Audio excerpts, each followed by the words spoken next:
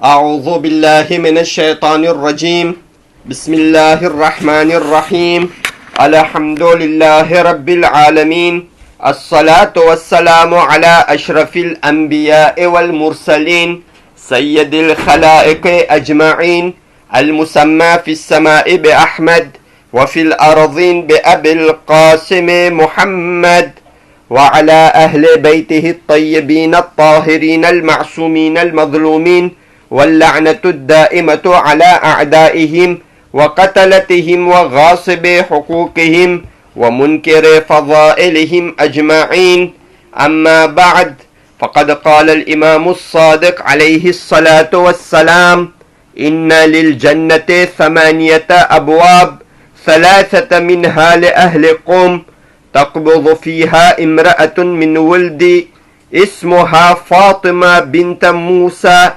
تدخل بشفاعتها شيعتنا بأجمعهم صدق الإمام الصادق عليه الصلاة والسلام. અઝાદારાને અહલે બેત અલૈહિમુસ્સલાતુ વસ્સલામ અમુક દિવસ પહેલા મૌલા સામિનુલ અઇમ્મા ઇમામે રઝા અલૈહિસ્સલાતુ વસ્સલામની શહાદતની તારીખ હતી અને આજ એ જ ઇમામની બહેન સૈયદા ફાતિમતુલ માસૂમા સલામુલ્લાહ અલૈહાની શહાદતની તારીખ છે. અગર આપણને આ બે હસ્તી કેવા સંજોગમાં એ લોકોની પરવરિશ થઈ એ જાણવું હોય, અગર આપણે ઈચ્છતા હોય કે આ બે હસ્તી ઇમામે રઝા અને તેમની બહેન સૈયદા ફાતિમતુલ માસૂમા અલૈહિમસ્સલાતુ વસ્સલામ કયા તરક્કી અને કયા તરીકાથી તેઓ કેળવણી પામ્યા હોય અને કયા કયા મરહલાઓમાંથી તેઓ વીત્યા હોય એ જાણવું હોય તો જરૂરી છે કે આપણે તેઓના વાલિદે બુઝુર્ગવાર ઇમામે મૂસે કાઝિમ અલૈહિસ્સલાતુ વસ્સલામ કયા સિરકોન્સ્ટન્સમાં હતા એની વિગત આપણે જાણવાની કોશિશ કરે. 7મા ઇમામની જિંદગીને એનાલિઝે કરવાની આપણે કોશિશ કરે. જો કોઈ પણ ઇમામ એની હયાત આપણને જાણવી હોય હર વિભાગમાં તો એનાલિઝે કરવું પડશે આપણને. બાકી કોઈ ઇમામના 2 નમૂનાઓ આપણે એની ઇબાદતના પેશ કર્યા, 2 નમૂનાઓ એના અખલાકના પેશ કર્યા, 2 મોજીઝા આપણે બયાન કરી નાખ્યા, એનાથી ઇમામ અલૈહિસ્સલાતુ વસ્સલામ જે સિર્કોન્સ્ટન્સમાં જિંદગી વિતાવ્યા અને કયા તરીકાથી મિશનને આગળ વધાર્યા એ આપણે જાણી નહીં શકે. એ માટે હું ચાહું છું કે આજના દર્સમાં આપણે 7મા ઇમામ ઇમામે મૂસે કાઝિમ અલૈહિસ્સલાતુ વસ્સલામના જમાનામાં મિશન જે મિસ્યો માટે તેઓ આવ્યા હતા એ કયા મરહલા અને કયા એતાપમાં હતું એના તરફ જરાક આપણે ઇશારો કરવાની કોશિશ કરીએ. જો 7મા ઇમામનો જમાનો એટલો સખ્ત જમાનો હતો કે હકીકતમાં જે મિશન માટે તેઓને અહીં દુનિયામાં મોકલવામાં આવ્યું હતું એ એક જાતનો ક્લોન્ડેસ્ટિનિટીનો સ્વરૂપ ઇખ્તિયાર કરવાનું શરૂ કરી નાખ્યો હતો. એટલે કે ઇમામ અલૈહિસ્સલાતુ વસ્સલામનો જમાનો એવો હતો કે ભલા એના ચાહવાવાળાઓ એના પાર્ટીઝાન લોકોને ઇમામ અલૈહિસ્સલાતુ વસ્સલામ બહુ જ સિક્રેટમાં તેઓ કામ કરે, છુપી રીતે તેઓ કામ કરે એ શીખાડ્યા અને એની તલકીન કરતા હતા. એક ચીજ ઝહેનમાં રહે કે કેટલો સખ્ત મરહલો છે 7મા ઇમામનો. 6ઠ્ઠા ઇમામની શહાદત પહેલા 6ઠ્ઠા ઇમામને પૂછવામાં આવે છે તમારા પછી તમારા જાનશીન કોણ છે, તમારા પછી કોણ ઇમામ હશે, કોણ આ મિશનની રહેનુમાઈ કરશે, કોણ અહેલે બેતના ચાહવાવાળાઓની રહેનુમાઈ કરશે. ઇમામ અલૈહિસ્સલાતુ વસ્સલામ બધાના સામે કોઈ ચોખ્ખા શબ્દોમાં બતાવતા નથી કે 7મા ઇમામ એટલે કે ઇમામે મૂસે કાઝિમ અલૈહિસ્સલાતુ વસ્સલામ મારા જાનશીન રહેશે. એવો સંજોગ છે, એવો વાતાવરણ છે, એવો સિર્કોન્સ્ટન્સ છે. જો હદીસની અંદર ઉસૂલે કાફીની અંદર આ હદીસ છે, પૂછવામાં આવ્યું ઇમામ અલૈહિસ્સલાતુ વસ્સલામને, ઇમામ કહે છે મારા પછી 5 છે. જો બતાવતા નથી 5 છે. કોણ કોણ છે? 5 ને હું વસી બનાવું છું, જાનશીન બનાવું છું. અજીબ. અબ્દુલ્લાહ અલ મારૂફ બિલ અફતાહ, પહેલા એના એક ફરજન જેનું નામ અબ્દુલ્લાહ છે, જેને અફતાહ કરીને બોલાવવામાં આવે છે. બીજા મૂસા, એટલે કે આપણા 7મા ઇમામ. ત્રીજા મોહમ્મદ ઇબ્ન સુલૈમાન, જે બની અબ્બાસના ગુવર્નર હતા મદીનામાં. ચોથા હમીદા, જે એની ઘરવાળી હતા. અને 5મા ખુદ એક ખલીફો બની અબ્બાસનો મંસૂરે અબ્બાસી અથવા મંસૂરે દવાને કહી. શા માટે? કેવા વાતાવરણમાં પોતે આ જવાબ આપે છે?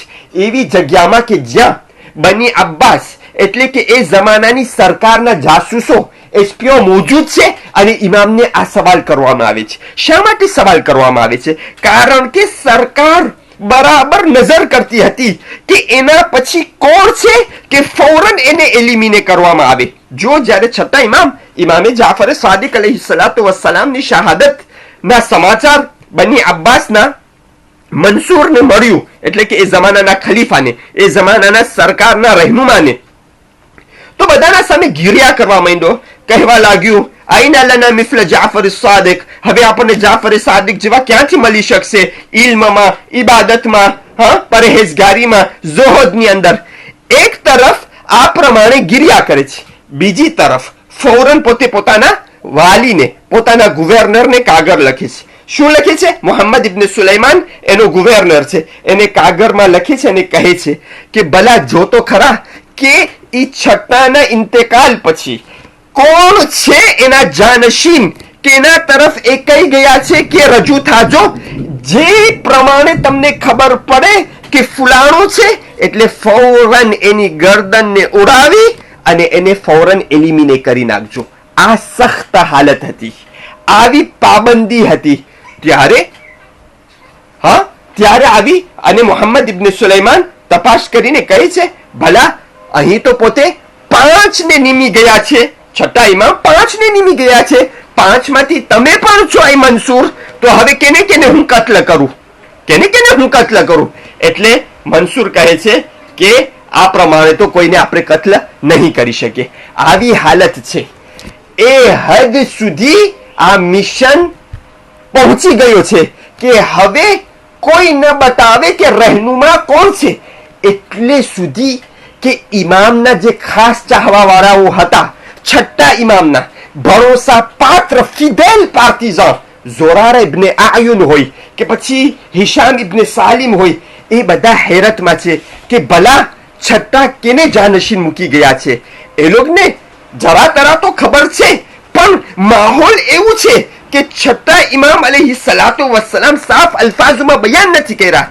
તપાસ કરતા કરતા અમુક સમય પછી હિશામ ઇબ્ન સાલિમને જ્યારે એમ થાય છે કે હશે નહીં હોય તો 7મા ઇમામે મુસે કાઝિમ અલૈહિસ્સલામ હશે, એટલે એના ઘરમાં દાખિલ થઈ છે. જ્યારે દાખિલ થાય છે તો ફૌરન 7મા ઇમામ એને કહે છે, સિલ તુખબિર વલા તઝિ ફઇન અઝઅત ફહુવ ઝિબહ. પૂછ જે તને પૂછવું હોય અને એનો જવાબ હું તને આપીશ, પણ જ્યારે હું તને જવાબ આપું હિશામ ઇબ્ન સાલિમ, તો ખબરદાર કોઈને કહેજે ના. અગર જો તું કોઈને કીધો તો સમજજે કે ફૌરન જબે થઈ જઈશ, તું જબે થઈ જઈશ, તારા ઇમામ પણ જબે થઈ જશે, કત્લ થઈ જશે. ઇમામ જબે થવાથી બીતા ન હતા, કત્લ થવાથી બીતા ન હતા, પણ ભાઈઓ હર ઇમામનો એક મિશન હોય છે. એ મિશન અકોમ્પ્લીટ કરવાનું હોય છે, એ મિશન પૂરું કરવાનું હોય છે. જ્યાંથી છઠ્ઠા ઉભા રહ્યા અહીંથી 7મા આગળ વધારશે, જ્યાં 7મા ઉભા રહેશે અહીં 8મા આગળ વધારશે. તો આ મિશનને પૂરું કરવાનું છે. એટલે કે એ જમાનામાં ફિદેલ લોગને, પાર્ટીઝન લોગને, ચાહવા વાળાઓની રહેનુમાઈ કરવાની છે, કોશિન્ય દેવાના છે, કઈ સ્ટ્રેટેજીને અપનાવવું આ મિશનને આગળ વધારવા માટે એ બતાવવાનું છે. અગર આજ આ બતાવવામાં આવે ફૌરન જબેહ થઈ જાય તો મિશન ના મુકમ્મલ રહેશે. એ માટે ઇમામ કહે છે, હું તને હમણાં જવાબ દઉં છું, પણ ખબરદાર કોઈને કહેજે ના. ફૌરન હિશામ ઇબ્ને સાલિમ કહે છે, જુઇલતુ ફિદાક શિઆતુ અબીકા ફી ઝલાલ, આઈ ઇમામ, અટાણે તમારા જે બાબાના શિયાઓ છે, ચાહવા વાળાઓ છે, એ લોકો હૈરતમાં છે, ગુમરાહ થતા જાય છે, કોઈને ખબર નથી પડતી કે કેના તરફ રજૂ થાય. ઇમામ, અને તમે અમને કહો છો કે ભલા કોઈને ના કહેજો, તમે આ છુપું રાખજો, તો અમે કેવી રીતના કરશું? ફૌરન ઇમામ એને જવાબમાં કહે છે, મન આનસ્તા મિનહુમ રુશદા ફલકી ઇલૈહિ વખુદ અલૈહિ અલકિતમાન, જેના ઉપર તને ભરોસો હોય, જેને તને એમ થાય કે આ માતુર છે, એને તું બતાવજે કે હાલના ઇમામ કોણ છે, પણ પ્રોમિસ લેજે એના પાસેથી, વાયદો લેજે કે કોઈને ન બતાવે, કારણ કે અગર એ લોગ બીજાઓને બતાવશે તો ફૌરન ઝબેહ થઈ જશે. એ લોગ તો થઈ જશે ઝબેહ, બલકે ઇમામે વક્તને પણ ઝબેહ કરી નાખવામાં આવશે. ભાઈઓ, આ રિવાયતો બતાવવાનું કારણ એ કે આપણને ખબર પડે કે કેવી હાલત હતી, કે વધારે ભાગે શિયાઓ ચાહવા વાળાઓને પણ ખબર ના પડે. હા, જો અજીજો, એવી હાલત થઈ ગઈ કે ઘણા ચાહવા વાળાઓ, જ્યારે એ લોકોને ખબર ના પડી કે એ લોકોને રહેનુમાઈ કરનાર કોણ છે, છતાં અને જ્યારે બધાને ખબર પડી ગઈ અને સરકારને ખબર પડી ગઈ કે ભલા હવે મૂસે કાઝિમ છે, છઠ્ઠા ઇમામના વારસદાર એટલે સાતમા ઇમામને પકડીને કેદખાનામાં નાખી દેવામાં આવ્યું, અને ઘણીવાર નજર કેદની અંદરમાં તો ઘણીવાર સરકારી કેદની અંદર, બસરાની અંદર, બગદાદની અંદર વારંવાર જગ્યાઓ બદલાવામાં આવતી હતી. હવે એનું કારણ શું? જ્યારે વસ્તી એના રહેનુમાઈથી દૂર થઈ જાય, જ્યારે એના લીડરથી વસ્તી દૂર થઈ જાય, તો શું થશે?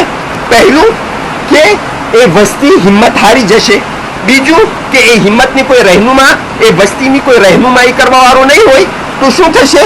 પાર્ટીઝન બધા ક્લોન્દેસ્તે થઈ જશે, એટલે કે છુપાઈ જશે.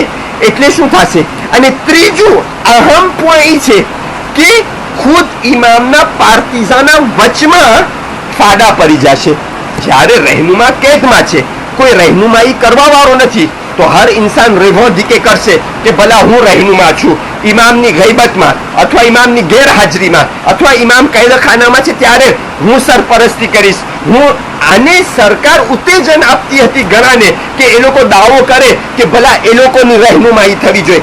એ માટે તો સાતમા ઇમામના જમાનામાં, આઠમા ઇમામના જમાનામાં શું થયું? ખુદ શિયાઓના વચમાં ઘણા ફાડા પડી ગયા, ઘણા મઝહબો પેદા થઈ ગયા, એક મઝહબો પેદા થઈ ગયા. વાકિફિયા નામનો એક મઝહબ પેદા થયો, જેની અંદરમાં એ લોકોનો અકીદો રહ્યો કે સાતમા ઇમામ જ્યારે ગુજરી ગયા તો એ ગુજરી નથી ગયા, ગોયા શું થઈ ગયા છે? જેવી રીતના ઈસાને અલ્લાહ સુબહાનહુ વ તઆલા આસમાન તરફ બોલાવી લીધું છે, એવી જ રીતના ગોયા સાતમા ઇમામને આસમાન તરફ બોલાવી લેવામાં આવ્યું છે, અને એ છે સાતમા ઇમામ છે કે જે ઇમામે મહેદી છે, પાછા આવશે. આ લોક વાકિફિયા નામનો એક મઝહબ ખોલ્યા, જે સાચા મઝહબના ખિલાફમાં, અને કોઈ મામૂલી લોક ના ખોલ્યા. સાતમા ઇમામના જે વિશ્વાસુ ઉલમા હતા, વકીલો હતા, એ લોક જેવી રીતના અલી ઇબ્ને અબી હંઝલ બતાઈની અથવા ઝિયાદ અલ કંદી, એ લોક આવી અને આવા મઝહબોને પેદા કર્યા, અને સરકાર તરફથી એ લોકોને પૂરો ઉત્તેજન હતું, જેથી શિયાઓના વચમાં ફાડા પડી જાય અને શિયાઓની હિંમત ઓછી થઈ જાય અને શિયાઓની કુવત પણ ઓછી થઈ જાય.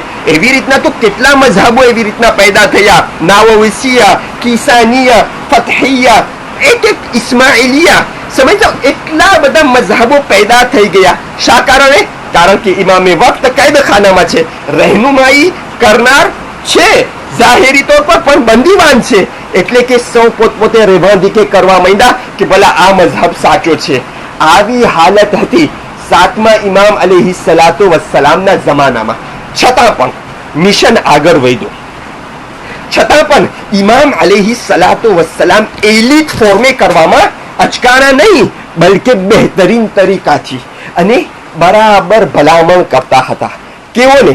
જે લોક એના ચાહવા વાળાઓ છે કે તમે પહેલો ફોર્માશો તમારો એ હોવો ખપે કે તમે જે વાત, જે કોશિન્ય સાંભળો એને તમે ફૌરન બકવા ના મંડી જાઓ, એને તમે બધાને કહેવા ના મંડી જાઓ, બલકે બરાબર સ્વીકરીને સંભાળજો. કારણ કે વાતાવરણ એવો છે તો એવી સ્ટ્રેટેજી અપનાવવાની છે. એ માટે ઇમામ અલૈહિ સલાતુ વસ્સલામની ઘણી હદીસ છે 7મા ઇમામની, જ્યાં એ ભલામણ કરે છે એના વકીલોને. અને કેવું વાતાવરણ હતું જુઓ તમે, એવું વાતાવરણ કે ઇમામ નજર કેદ, કોઈ ઇમામ પાસે આવી નથી શકતો, ઇમામ બહાર જઈ નથી શકતા.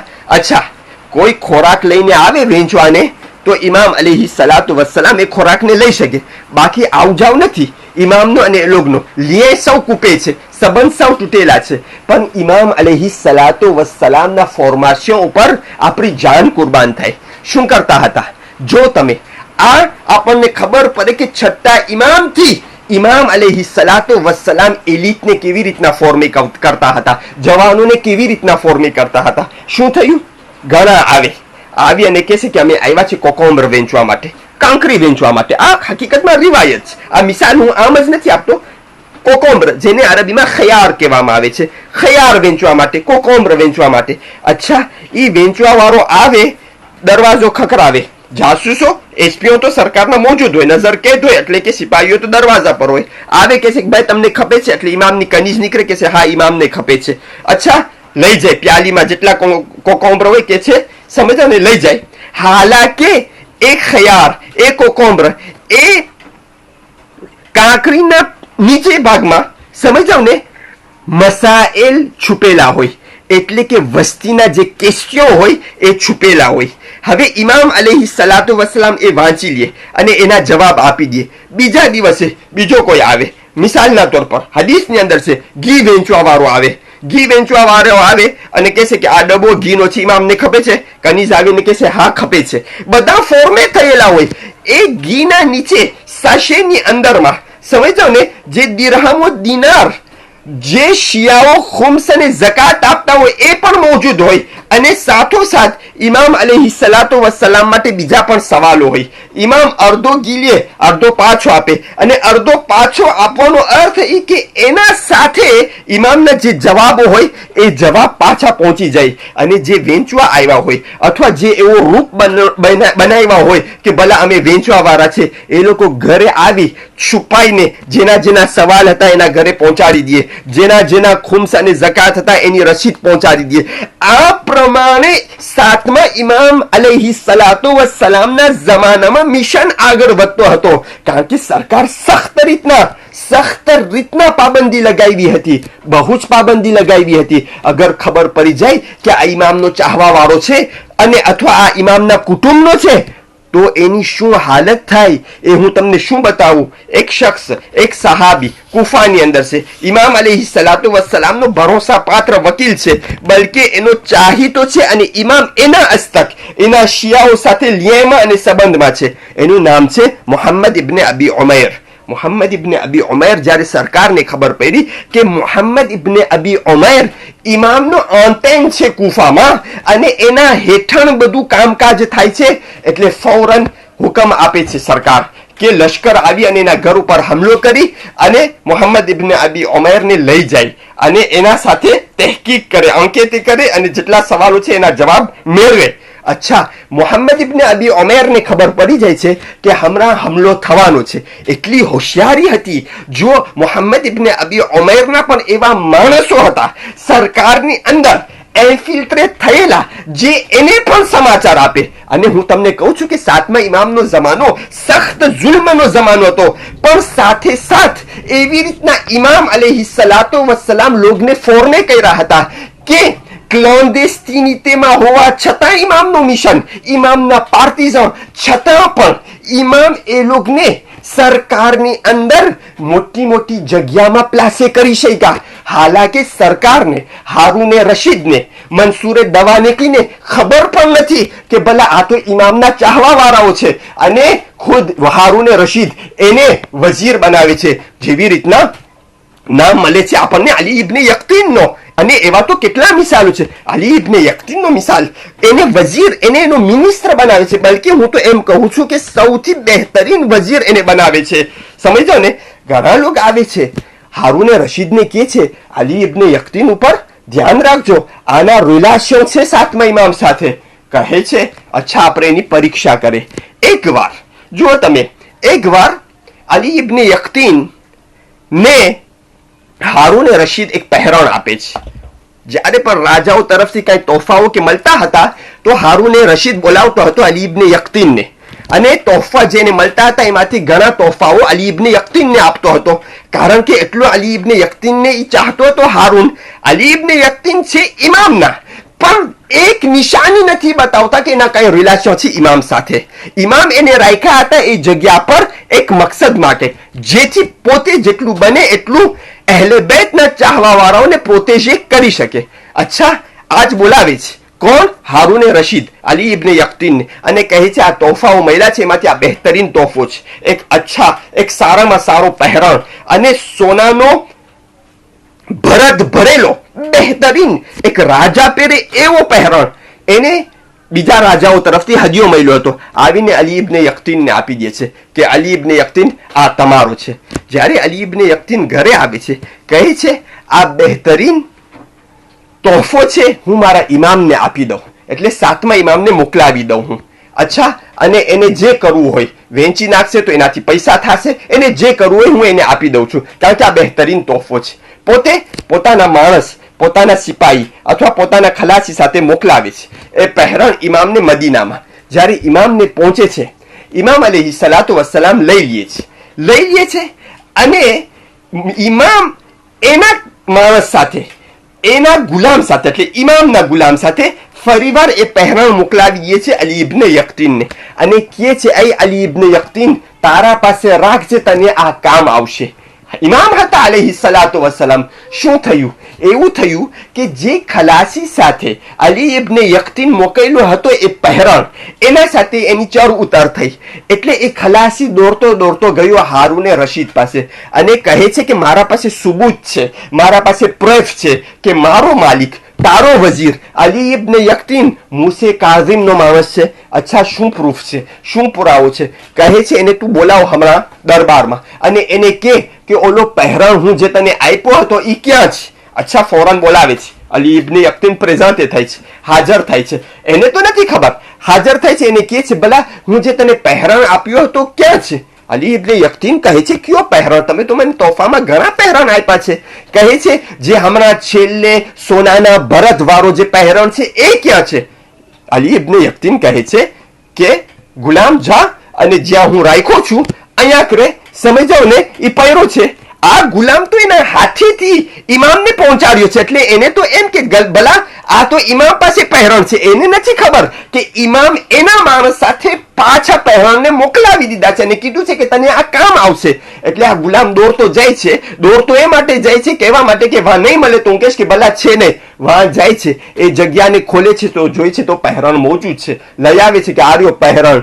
કહે છે અચ્છા, એટલે હારૂન રશીદને ફૌરન એમ થઈ ગયું કે ભલા માણસોને હસદ છે, મારા રિલેશન અલી ઇબ્ન યક્તીન સાથે સારા છે તો એ લોકોને ગમતું નથી, એટલે એ લોકો તહોમત નાખે છે કે ભલા આ મૂસે કાઝિમ અલૈહિ સલામના માણસો છે. આ પ્રમાણે કેટલી એવી ઇમ્તિહાન કરવામાં આવે છે, સમજો ને. એટલે સુધી કે ઇમામ અલૈહિ સલાતુ વસ્સલામ અલી ઇબ્ન યક્તીનને પણ કીધા હતા કે જ્યારે તું બધાના સામે નમાઝ પઢવા જા દરબારની અંદરમાં તો તું એવી રીતના વઝુ કરજે જેવી રીતના અહેલે સુન્નત કરે છે. પછી ઘરે જાય અને પાછો તારો વઝુ કરી અને નમાઝ પઢી લેજે. શા માટે? કારણ કે એ પણ ઇમ્તિહાન આવ્યું. બીજા લોક આવીને કીધું અલી ઇબ્ન યક્તીન એ રાફિઝી છે, એટલે મૂસે કાઝિમને માનવા વાળા છે. અચ્છા, શું પરીક્ષા? કહે છે હારૂન રશીદ જોજો જ્યારે એ નમાઝ પઢવા આવે તો છેટેથી જોજો વઝુ કેમ કરે છે, ખબર પડી આવશે. જ્યારે એ લોકો જોયું તો જોઈ છે કે ભલા જેવી રીતના સુન્નીઓ કરે છે એવી રીતના વઝુ કરે છે. કહે છે અગર રાફિઝી હોતે, અગર મૂસે કાઝિમને માનવા વાળો હોતે તો એ જરૂર શિયા જેમ વઝુ કરતે. આ બધા ઇમામના કોસીની હતા. અચ્છા, પણ આ પ્રમાણે ઇમામ અલૈહિ સલાતુ વસ્સલામનો મિશન ચાલતો હતો. હાલાકે પોતે કેદખાનામાં હતા, પણ કેવી રીતના મિશનને ધીરીજે કરતા હતા. અને હું તમને કીધું કે ઘણીવાર એક પાર્ટી ક્લોન્ડેસ્ટિનિટીમાં ગઈ જાય તો એ ઇનએક્ટિવ બની જાય, ફેબલ બની જાય. પણ ઇમામ અલૈહિ સલાતુ વસ્સલામની રહેનુમાઈ એવી હતી, કોન્સિનિયા એવા હતા, અને અસહાબો પણ ઘણા એવા હતા કે જે એ કોન્સિનિયા ઉપર ચાલતા હતા. એ માટે બરાબર હંમેશ માટે એ પાર્ટી અને એ મિશન એક્ટિવ રહ્યું અને ઇમામ અલૈહિ સલાતુ વસ્સલામ હંમેશ માટે એ લોકોને ભલામણ કરતા હતા કે અગર તમે ચાહતા હોય કે આ મઝહબ આગળ વધે તો તમારી શીખરીને બહુ સંભાળજો. એ માટે ઘણી હદીસ મળે છે. એક હદીસ હું તમને પઢું કે બે હદીસ.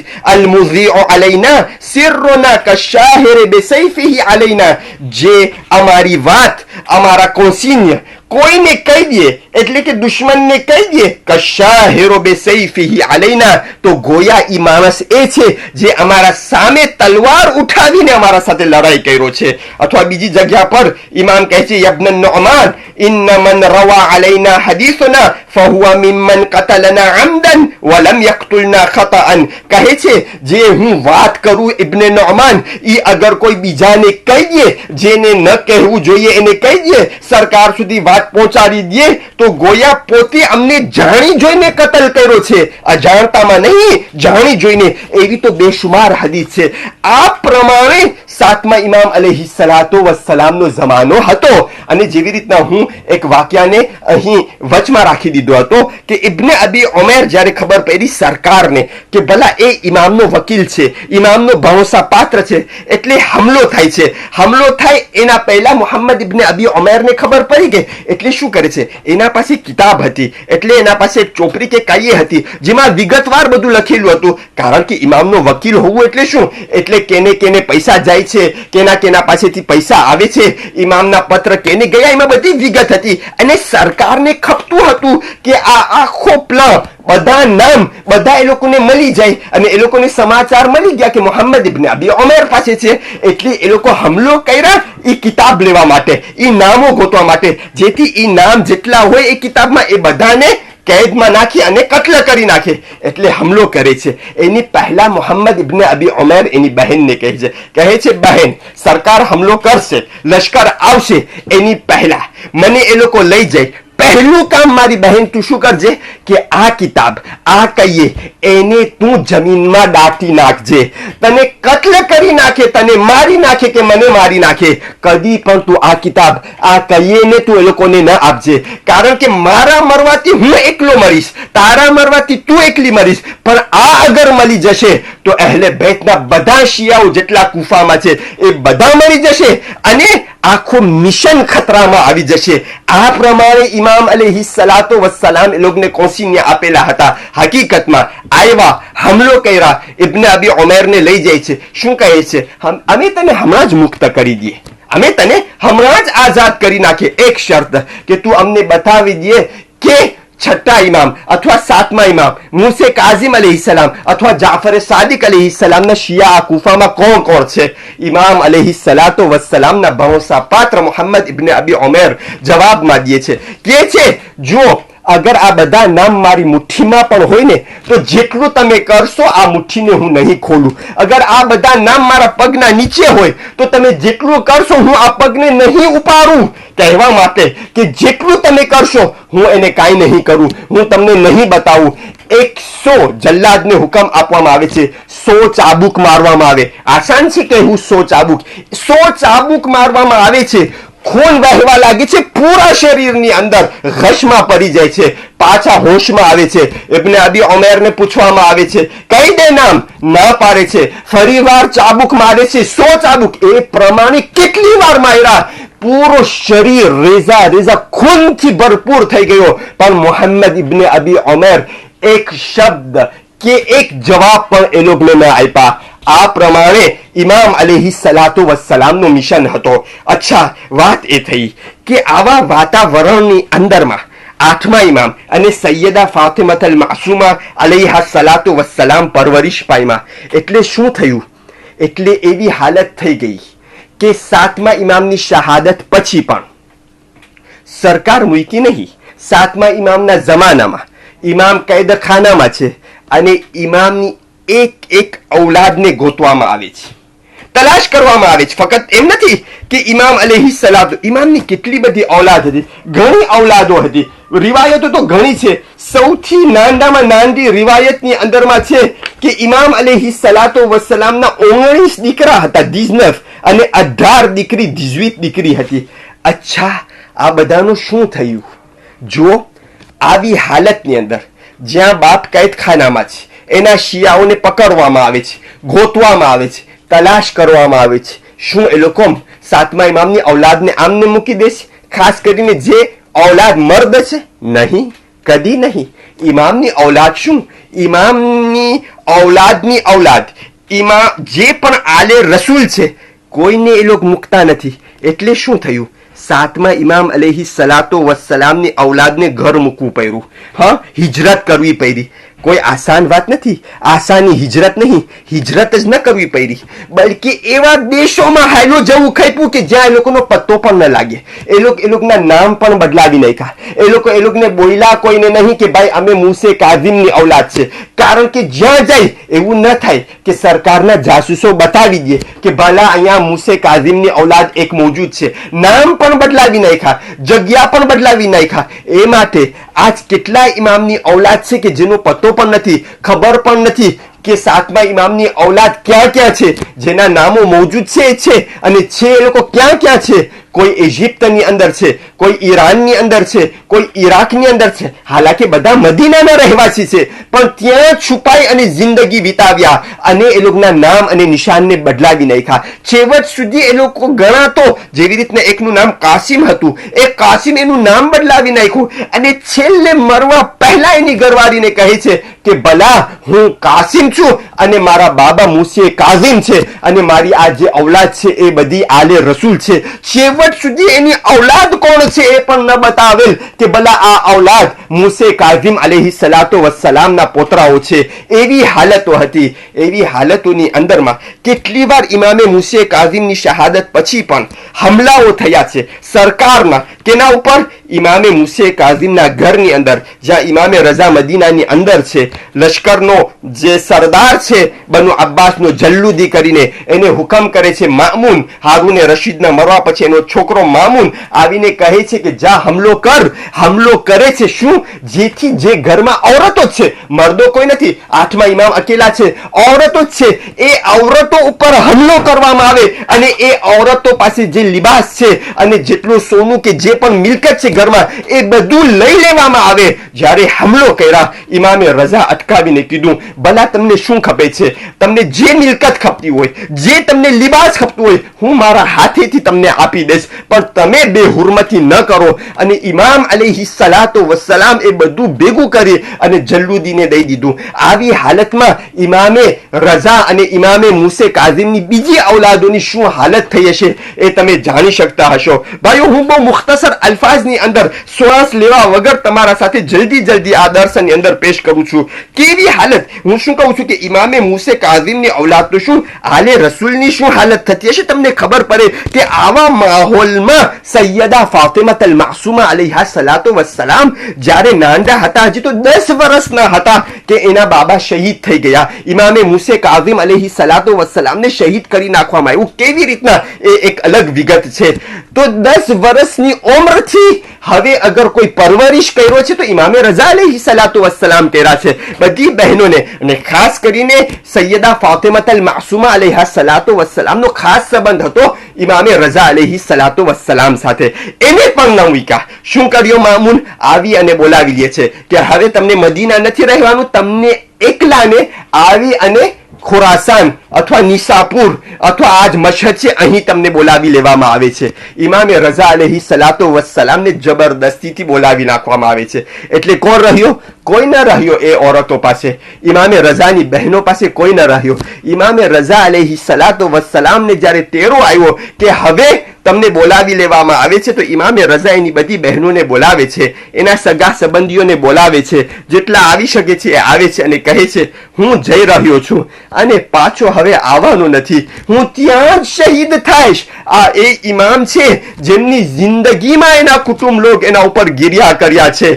કે તમને જેટલું રડવું હોય મારા ઉપર આજ તમે રડી રહ્યો, કારણ કે હવે હું પાછો નથી આવવાનું. આ હાલત હતી ઇમામે રઝા અલૈહિ સલાતો વસ્સલામની. હા, ઇમામ અલૈહિ સલામ તો ચાલ્યા ગયા. અહીં સૈયદા ફાતિમા અલ માસૂમા તડપે છે, એનાથી આ જુદાઈ ખમાતી નથી. કહે છે મને તો હવે જાવું જ છે. અમુક સમય પછી ઇમામે રઝાની આ વહાલી બહેન નક્કી કરે છે. હવે નક્કી જ્યારે કરે છે તો રિવાયતની અંદર છે કે ઘણા એના ચચાના દીકરાઓ અને ઘણા એના ભાઈઓ દૂરથી જ્યારે એને ખબર પડે છે ને કોઈ પણ તરીકાથી એ લોકોને જાણ થાય છે તો આવે છે અને કાફલો તૈયાર થાય છે. હવે હારૂનનો જમાનો નથી, મામૂનનો જમાનો છે. મામૂનનો જમાનો છે અને મામૂનના જમાનામાં કોણ? ઇમામે રઝા અલૈહિ સલામ વલીએ અહદ હતા. એટલે તૈયારી થાય છે, બે કાફલો તૈયાર થાય છે. ક્યાં જવા માટે? નિશાપુર જવા માટે, મશહદ જવા માટે. એક રસ્તો લે છે રઈ અને સાવાનો, એટલે કે તહેરાનનો રસ્તો. એ રસ્તો સમજાવ ને સફરનો લે છે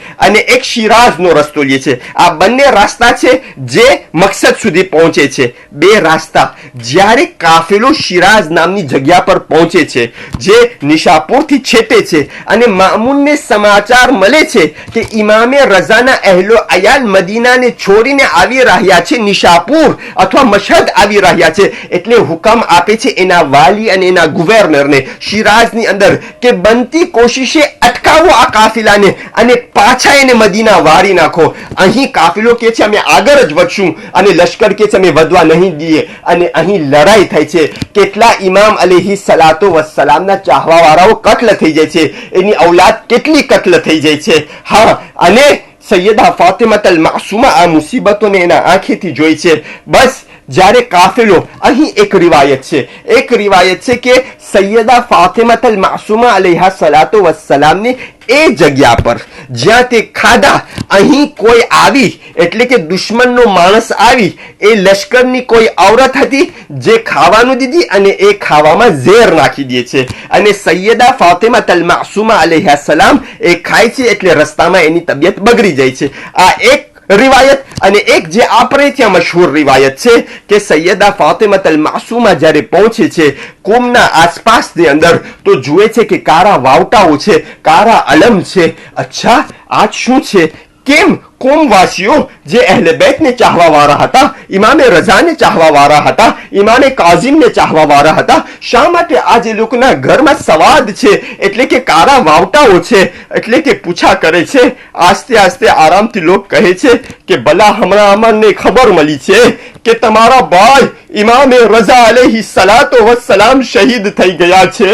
બસ ફાતિમા અલ માસુમાની તમન્ના હતી કે ભાઈની મુલાકાત કરે, પણ જે ભાઈની મુલાકાતમાં તે જતા હતા એ ભાઈની શહાદતની ખબર તો રસ્તામાં જ મળી ગઈ. આ સાંભળીને એની સેહત બગડી જાય છે, અમુક દિવસ કોમમાં રહે છે અને આ દુનિયાથી રહેલત કરે છે. સૈયદા ફાતિમા અલ માસુમા, તમે તો ફક્ત સાંભળ્યા કે તમારા ભાઈ ઇમામે રઝા શહીદ થઈ ગયા તો તમે ખમી ન શક્યા, સદમાજનક બની ગયા. સદમાના ખાतिर તમે પણ આ દુનિયાથી રહેલત કર્યા. સલામ થાય ઝૈનબ ઉપર. પલ્લે ઝૈનબિયા પર દેખે છે કે એના ભાઈને ઝબહ કરવામાં આવી રહ્યું છે. અરે સરને જીસમથી અલગ કરવામાં આવી રહ્યું છે.